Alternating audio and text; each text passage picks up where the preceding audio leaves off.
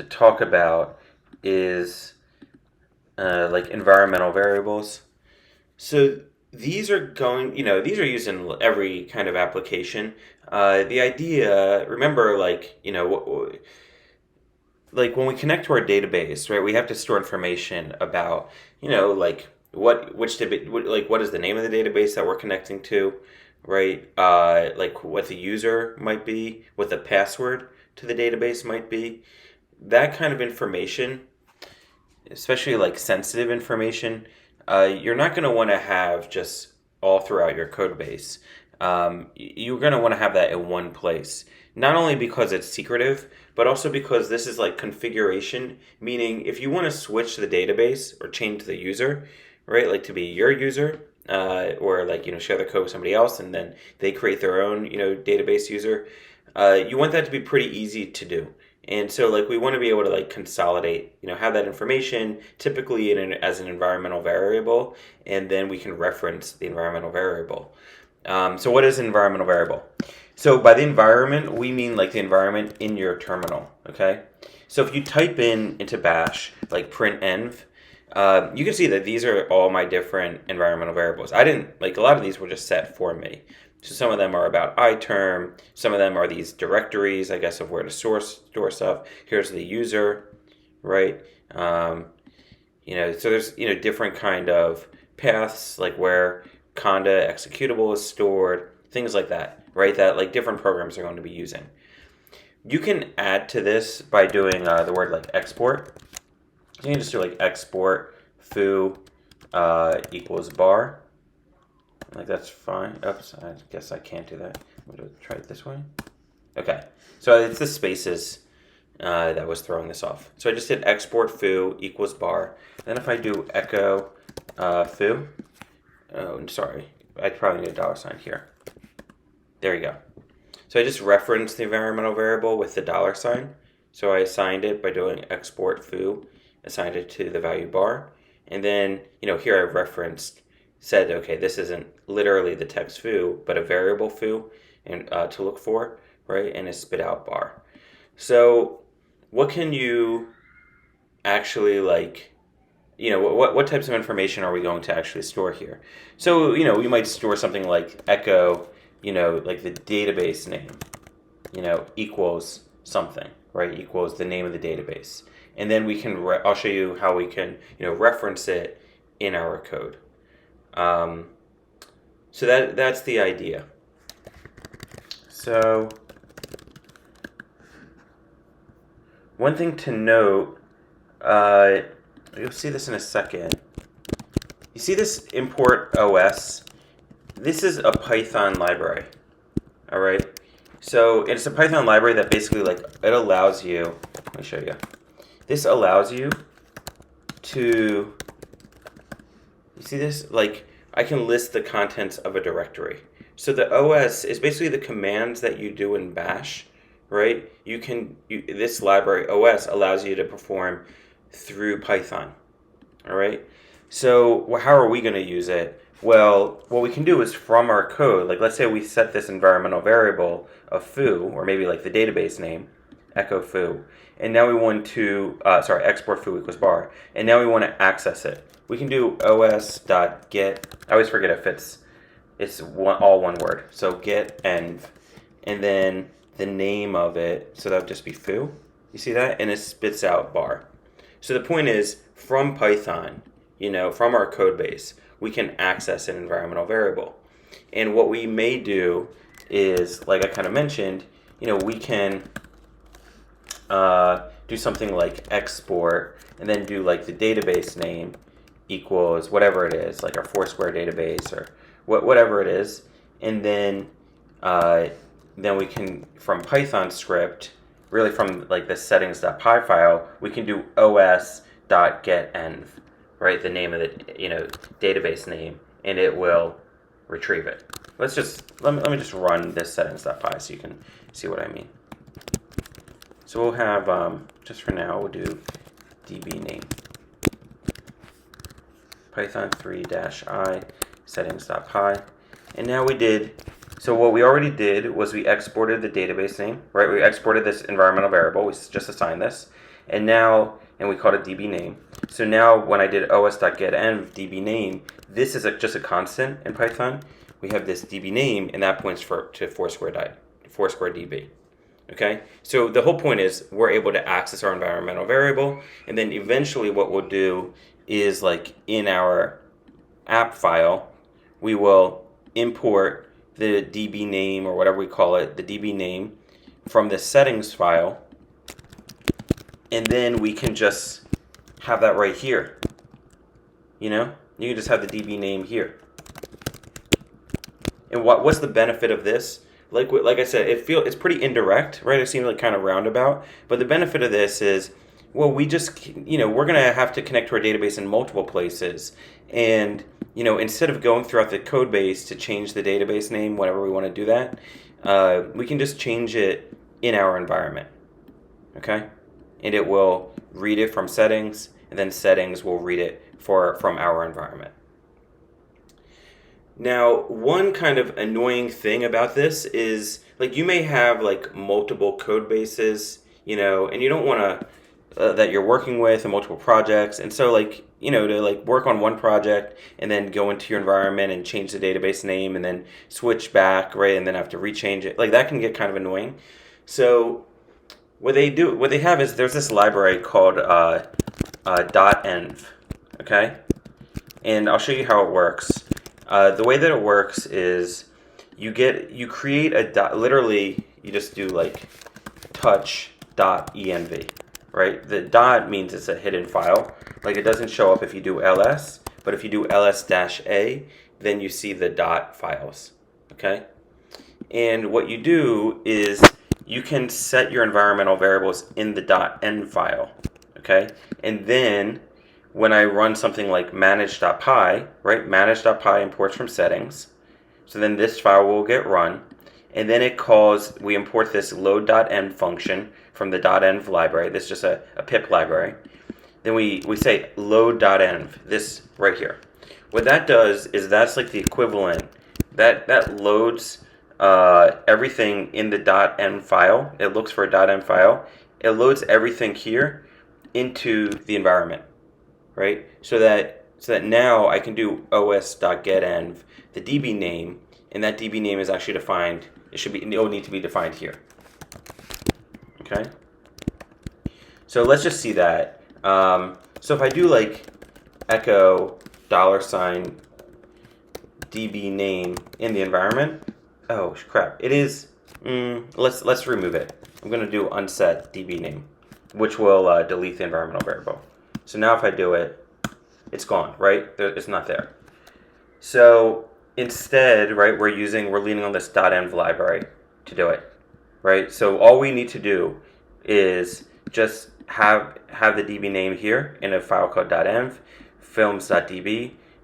When we call load.env, it will look for that value in the .env file. Then we can use our old os.getEnv, read the DB name, make sure it lines up. It does. And now we can read this DB name into, here. All right, so let's just run Python 3 settings-i, settings.py. Make sure this works. Here's my DB name.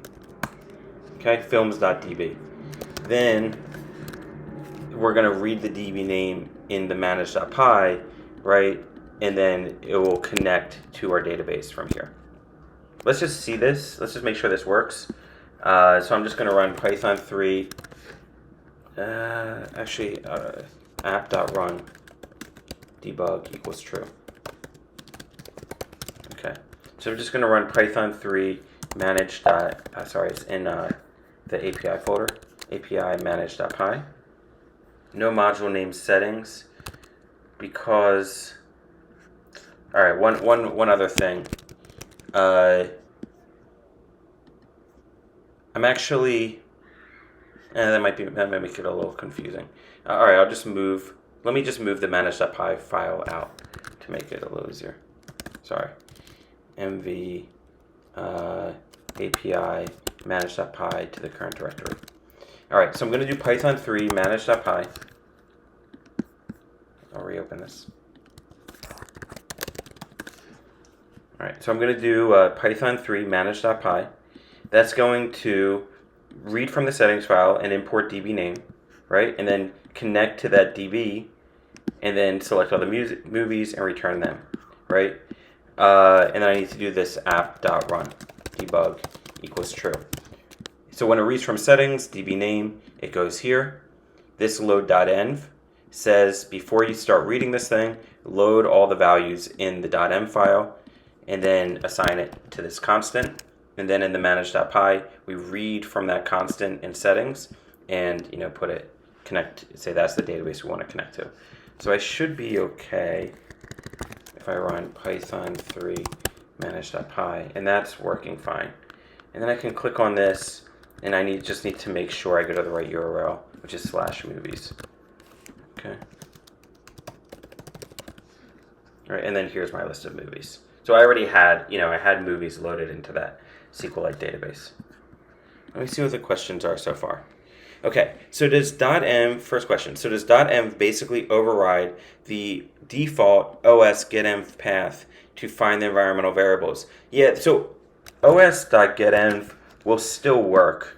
So you can still read in here, you can still read in other environmental variables set in your environment. Let's just see if there are any. If I have that $foo, right? So I can still do this, print os.getenv foo. That will still read from this, but it loads in. But if there's a conflict, I believe this will win, right? So if I had one in here and I also have one in here, the one in the .env will win, and then in it, and it obviously adds additional ones. So by using load.env, you get access to the ones in your environment, right, in your terminal, as well as the ones in the .m file. Okay, so I can this is foo, and then I'll print foo, and that should give us bar, right? And that's spit out bar because it reads from my environment here. The other question is the .m file doesn't show up. Okay, Git committed to Git. If the app is shipped, okay, the app is shipped to multiple clients, I need to set, that's correct. So normally what you do is you try not to push this file, this .m file, to Git. Okay, it's actually pretty easy to do. All you do is you create a file called .gitignore. All right, and then what you can do is just type the name of the file or directories that you want to literally not be tracked by Git. So that would be .env. Okay, so now if let me just show you. I'm going to start a new Git repository. I think it's here. And then I'll cd into the code base. Cd into backend. And now if I do git init and I do git status, notice the .m file does not show up. Right? Not there. If I remove this, save it, and now do git status, there's the .m file. Right? When I put that in there, it does not show up.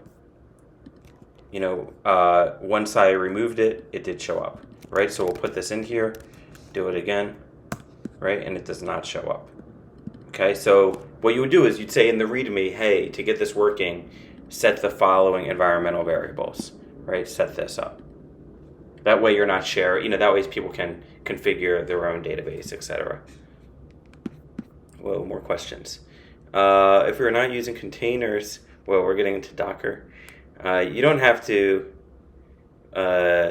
Typically, the dev would create a .env example. Exactly. So you would create an example. You could create an example file. You can also just put it in the README and tell people how to configure this. All right. So the overall point is, we read environmental variables because we want them to be kind of contained in our project. We can place them in a .m file. This .m file can be read from a separate file in settings, and we can use the load.env library to read from the .m file and then do db name, and then just assign it to a constant and then read in that constant and say our manage.py file. This is kind of like I mean, you could do it. This is a nice little thing where you can store this. Flask actually gives you this config. This config is literally just like a dictionary. So let me show you this. So if I do app.config from mapping, and then I can pass through whatever value, like whatever, it's just a key value pair, just like a dictionary. So I can specify whatever key I want and whatever value I want here. And then let me do python 3-i manage.py, and you can see app.config. And there, you see what I mean? That this is just a dictionary. It's a little fancier than that, but you can access it just like a dictionary. And then we set database as one of the keys. I don't see it here, but it probably is there. You see that? And we set database to as, let me just look for it, database. There it is. We set database as filmsdb, and then we can access it. So you don't this is probably what you'll see lots of times, is you'll see people set the configuration directly on Flask and then access it by doing app.config database. Okay, so you're literally just setting, this may feel confusing, but you're literally just taking that constant and you're assigning it as a key value pair, saying here's my key, here's my value, let's access the key, and it's going to spit out that value, and that value is filmsdb.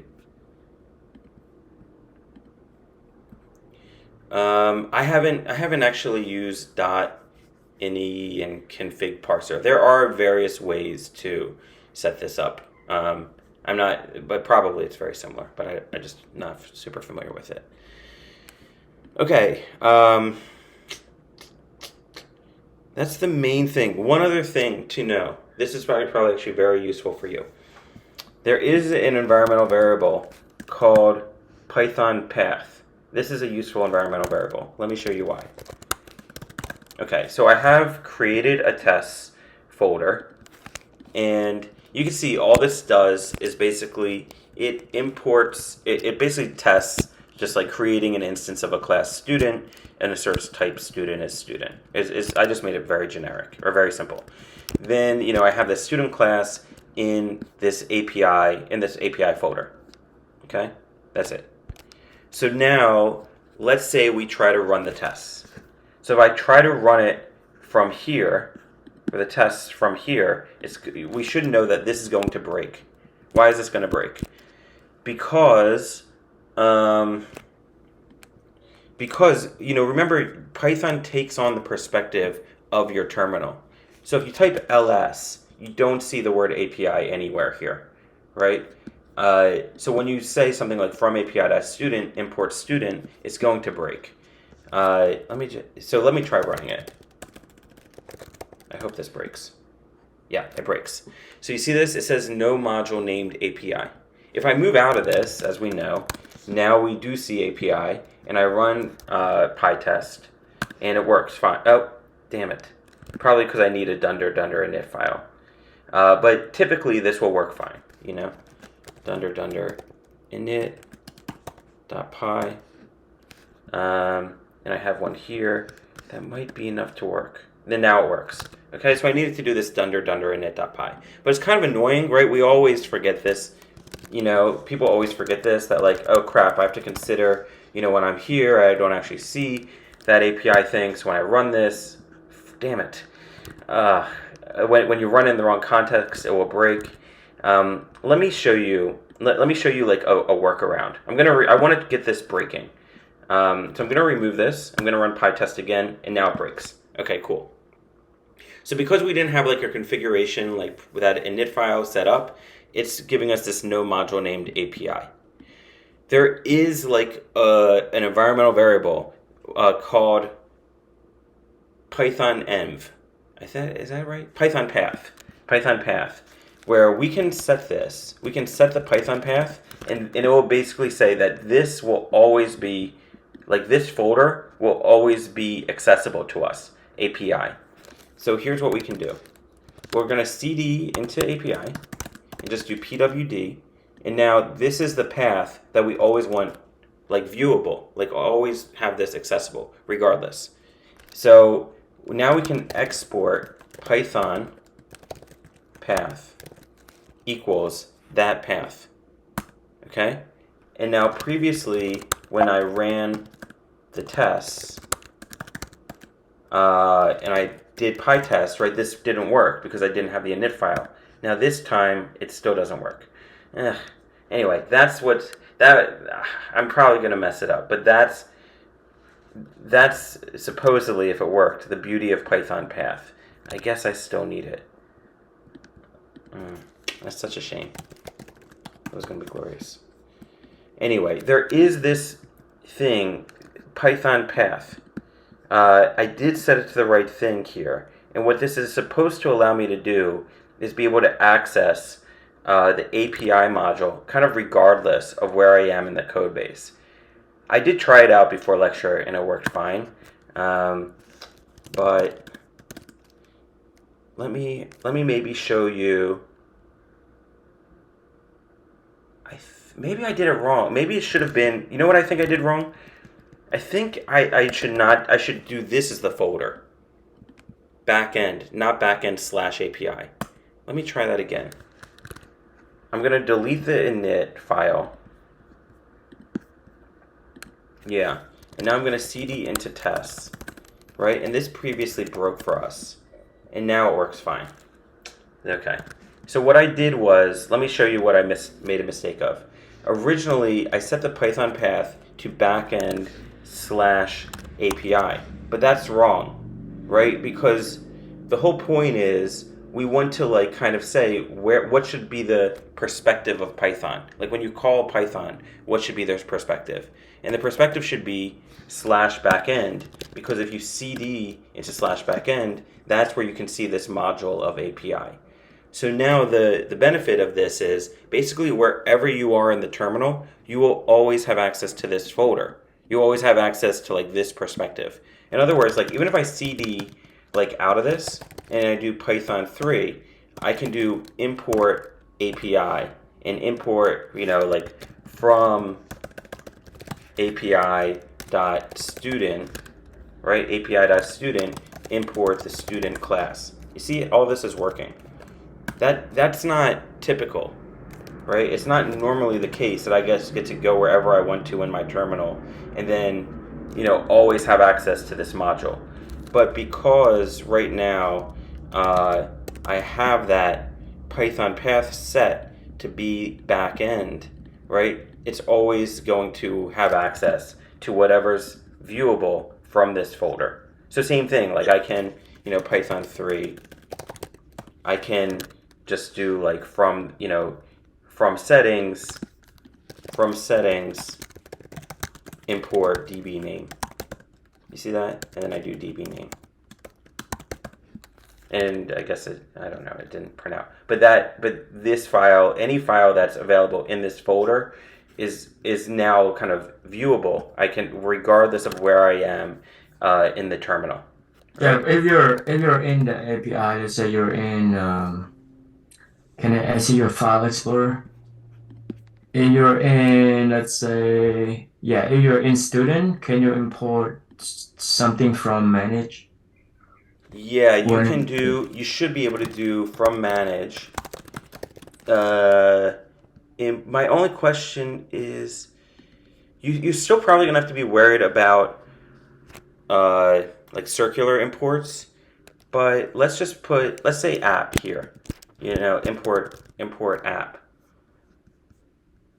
So let's go back to student, import app, and then we'll just like print, and then we'll just then we'll just do Python 3 student.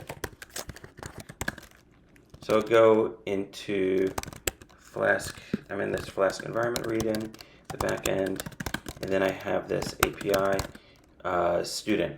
So if I do Python 3-i student.py, see, nothing broke. And now if I type in app, I have access to it, right? Why? Because this is the magic, right, of this Python path thing. It's saying that we always have access to this backend, to this, basically setting it as this backend folder. All right. So anyway, this is this could be very useful for like getting out of some of these issues. Okay. Cool. Yeah, and this configuration stuff is confusing, I think, or it's just like so detailed. But yeah, but like it's good to know about, right? Because it can save you a lot of time and pain by doing this. And the question that Miles asked is, should we clean up that path from our Python path after we're done? I think yes, right? Because you're gonna move then to a different project, and probably want to change the Python path. So how do you do that? You can look at it by doing print env, and then you have this value Python path, and then you can type in the word unset. So unset the Python path, right? And now, if you look at it again, it's no longer there, right? And I'll unset foo as well. The other thing to note is if you just do like export foo equals bar, right? And now I do echo $foo. Once you create a new terminal session, that is gone, okay? So we can do, if I look for, what did I type in, echo $foo, if I do that in this terminal, it's not there, okay? So when you create these environmental variables, it's only there for the duration of your terminal session. If you want to make it more permanent, how do you do that? You need to, in your home directory, so we can cd into tilde, there is a bash.bash profile. There it is, a .bash profile. And if you open that up, I can do code.bash profile. There you can see this. What am I doing here? I'm setting, basically this file gets run every time you create a new terminal session. So when you see that second it's taking, what it's doing is it's reading from my bash profile, among other things. So what am I doing here? I'm saying, okay, well, I'm going to set certain environmental variables. So if you want to, you can do export, foo equals bar. I'm going to have to close this down. And then, create a new terminal. It's going to read from this file. And then I can do print env. And now, sorry, I'll have to it's probably up top here somewhere. But we can do echo $foo. Damn it, and it didn't show up, did it? I think you need to sauce that bash profile first. But I created it. Let's try it. Source.bash profile. Thank you for that. That worked. Cool. So you see that? So why did we start talking about this? Because the question was, is it a good idea to clean up your, that Python path environmental variable? The answer is yes. But also remember that you can do that pretty easily just by creating a new terminal session, and that these environmental variables will not be permanent. The way to make them permanent is basically by putting them in your .bash profile, and your .bash profile is located in your home directory. It's a dot file, so it's hidden, but if you do ls-a, you can see it. Right? If you just do ls, you won't see your dot files, but if you do ls-a, you will, and then you can do code.bash profile. All right, and you're good. Okay, so lucky for you, there are readings covering all of that. A little bit of practice with it, but it's worth talking about now. So this is in the where is it? It's in the Flask organized reading. So it's in I forget if it's in organizing code. It might be in the Flask structure reading. I think it might be there. So you can see what happens if I run pytest tests. There's this models test movie. Okay, and so we run into this error. And what it says is we cannot import name movie from a partially initialized module, most likely due to a circular import. And you can kind of see what's going on. Let's maybe we'll do code dot, and we can go to, where does it say this is occurring? Test movie.pyline 1. So let's go there. Okay, so it's pretty simple, right? Like it's breaking here. That's always good, great. So what does this do? API.models.movie, import the movie class. Seems simple enough. So then Python's going to go to the movie class, right, this movie file. And the first thing that it says to do is go to the actor class, the actor file, right? So then it goes to the actor class, which says to go to the movie class. So it goes to the movie class, and then this says to go to the actor class, right? And so this, now we're in an endless loop, right? Because each file is saying to go to the other one. So Python, after seeing this like twice, Python will just give up and realize it's pointless. So how do you solve this? There's probably different ways, but this is the way I've come up with, which is the first thing we can do is create a dunder init.py file, okay? And then what we can do is make each of these classes accessible at the package level. So let me kind of go through that. So we want to make the actor class accessible at the package level. Then I can say from API.models .actor import actor class, and from API.models import.movie import the movie class.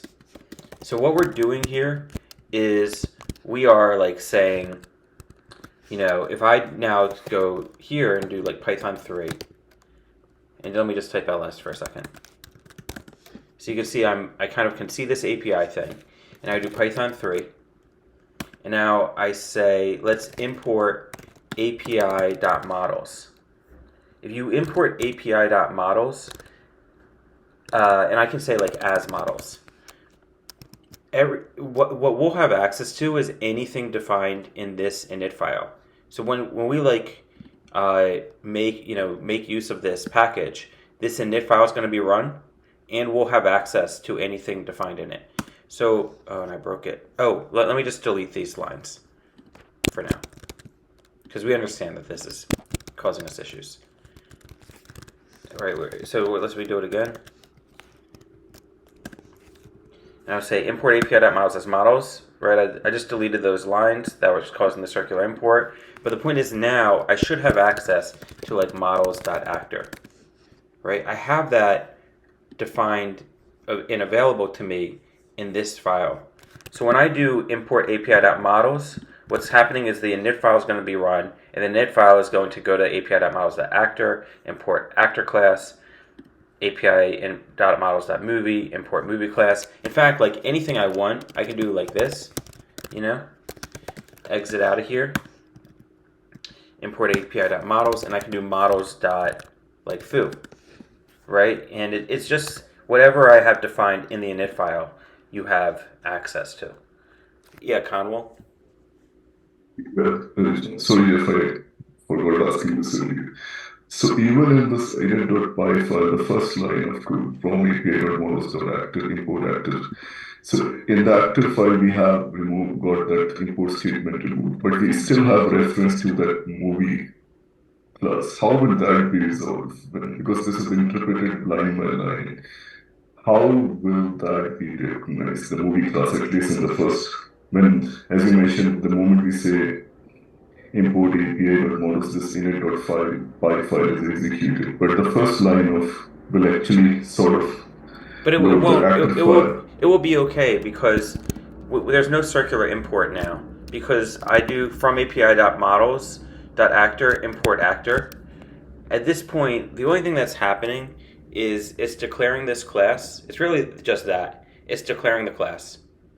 Like that's it. I mean, the line 9, shouldn't that give an issue? Yeah, it's kind of technical why it doesn't, but this doesn't actually get, like, so eventually, let's just take this one step at a time. So for right now, you can see that anything we have defined in the init file is available to us in API.models, right? And I can say as model. This is just saying I can reference this path as this variable.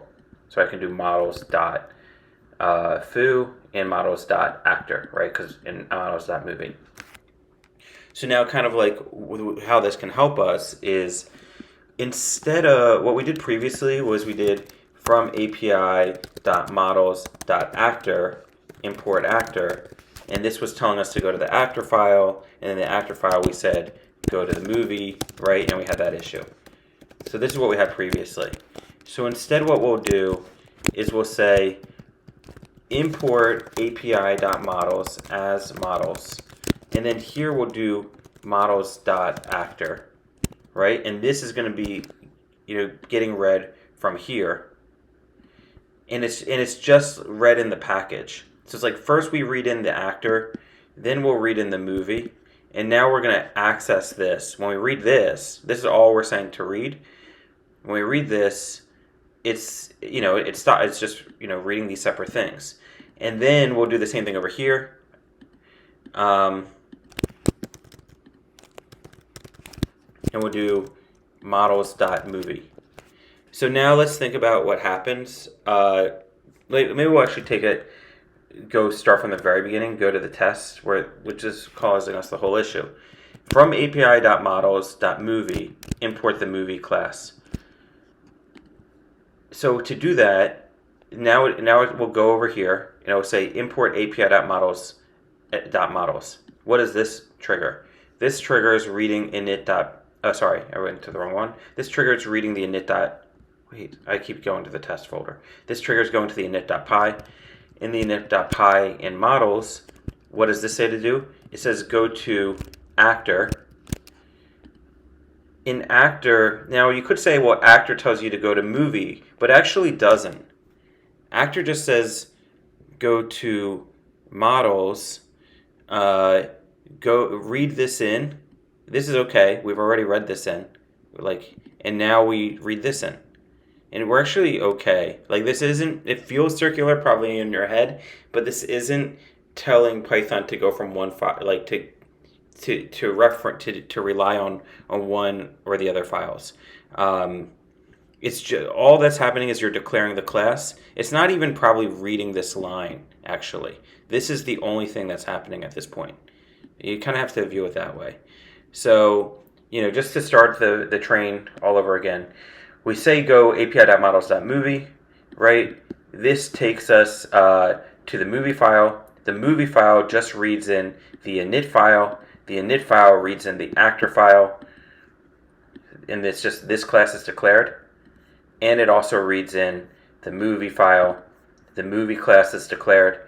Only when you actually call the method is even models.actor called, and same thing for actor.py is models.movie called. Now you may think that in this, just I know from experience and trial and error, this will not cause a circular import. It's okay if this is not perfectly clear in your brain as to why, because I personally probably it is confusing to me as well. But this is a workaround. That's the important thing to really know. So now if I run PyTest this time, right, this will pass. We no longer get the circular import. And this is just kind of like a little trick, where you can make, you'd specify what you want to be available in the package level. And now I'm not saying go back to the other file. I'm just saying go to the package, read in each of the files. None of them is depending on the other. This is just coming from the package, and it's only being even executed when the function's being called. So we are okay. From that, you kind of just take it from experience, as opposed to, even if the theory feels confusing, I'm okay with that. You just have to take it from experience that this is effective. Okay. The one thing you should try to understand, though, is the init.py. Just understand that whatever you are defining here, right, you have access to.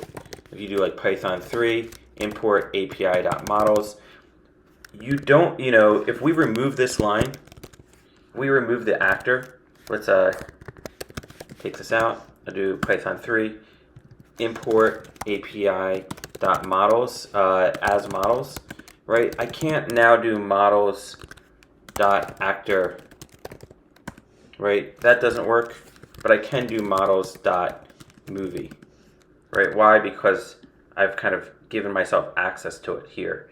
and the init file. Okay, so this is almost like defining what's accessible from the package, from this package. Yeah, this stuff is confusing, but any questions about this?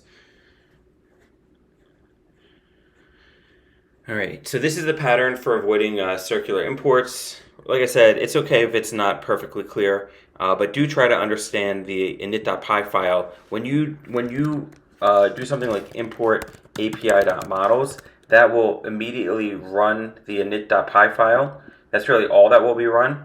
And then that will, and also anything kind of defined inside, declared inside here, is available to you from that package. All right. Cool.